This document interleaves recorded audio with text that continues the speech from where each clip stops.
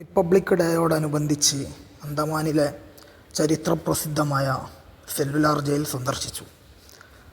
അന്തമാനിൽ ആദിവാസി ജനതയല്ലാത്ത സാധാരണ ജനങ്ങളുടെ താമസം ആരംഭിക്കുന്നത് തന്നെ ഒരുപക്ഷെ തടവ് പുള്ളികളെ ആയി ബ്രിട്ടീഷുകാർ പിടിച്ച സ്വാതന്ത്ര്യ സമര സേനാനികളെ അങ്ങോട്ട് നാട് കടത്തി അവിടെ ജയിലിൽ താമസിപ്പിക്കുന്നതിലൂടെയാണ്.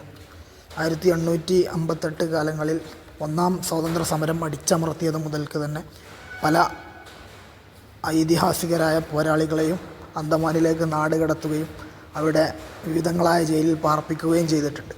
പിന്നീട് അവരെ സ്വതന്ത്രമാക്കിയപ്പോൾ അവിടെ അവർ മുഖേനയാണ് പീനൽ കോളനികൾ സ്ഥാപിച്ചത് എന്നും നമുക്ക് ചരിത്രത്തിൽ കാണാൻ കഴിയും.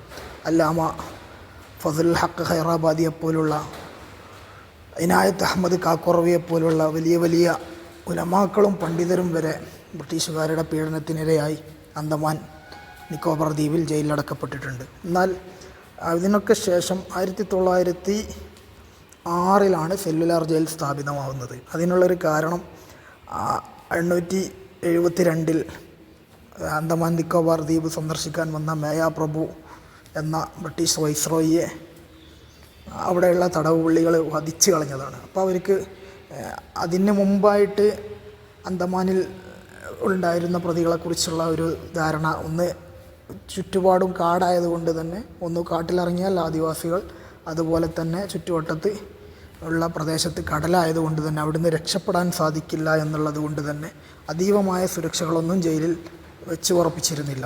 എന്നാൽ ഈ സംഭവത്തിന് ശേഷം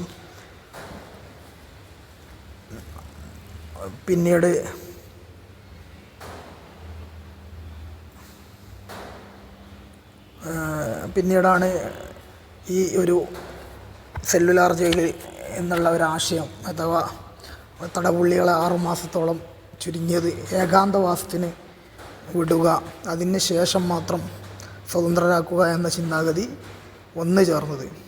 അങ്ങനെ ഈ സെല്ലുലാർ ജയിൽ സ്ഥാപിതമായത് 1906 698 അറകൾ ഇതിനുണ്ട്. അതുപോലെ തന്നെ